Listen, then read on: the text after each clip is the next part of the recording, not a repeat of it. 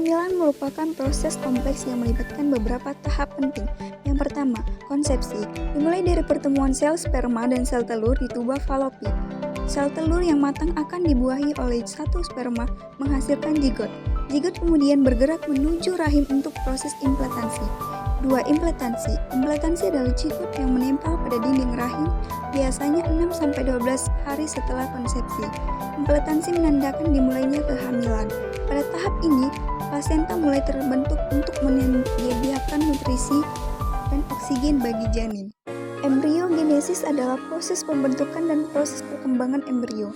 Proses ini meliputi beberapa fase. Yang pertama, fase pertumbuhan. Sel tunggal atau zigot sel telur yang telah mengalami fertilisasi mengalami pembelahan dan membentuk banyak sel kecil. Morula. Pembelahan zigot menjadi 32 sel yang disebut morula.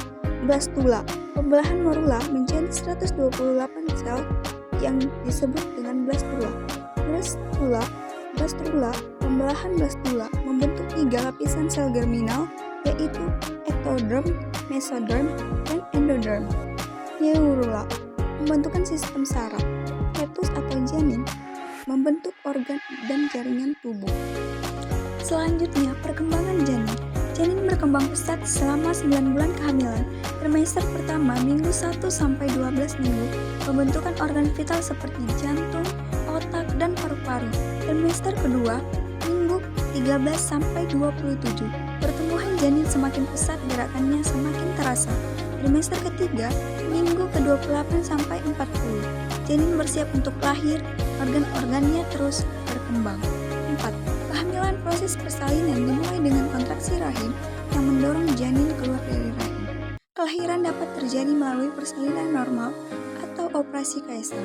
Setelah lahir, bayi akan bernafas dan menangis untuk pertama kalinya. Faktor yang mempengaruhi kehamilan: usia ibu, kesehatan ibu, nutrisi, gaya hidup, riwayat kehamilan sebelumnya. Pemeriksaan kehamilan penting untuk melakukan pemeriksaan kehamilan secara rutin untuk memantau kesehatan ibu dan janin. Pemeriksaan ini dapat mendeteksi komplikasi kehamilan sedini mungkin.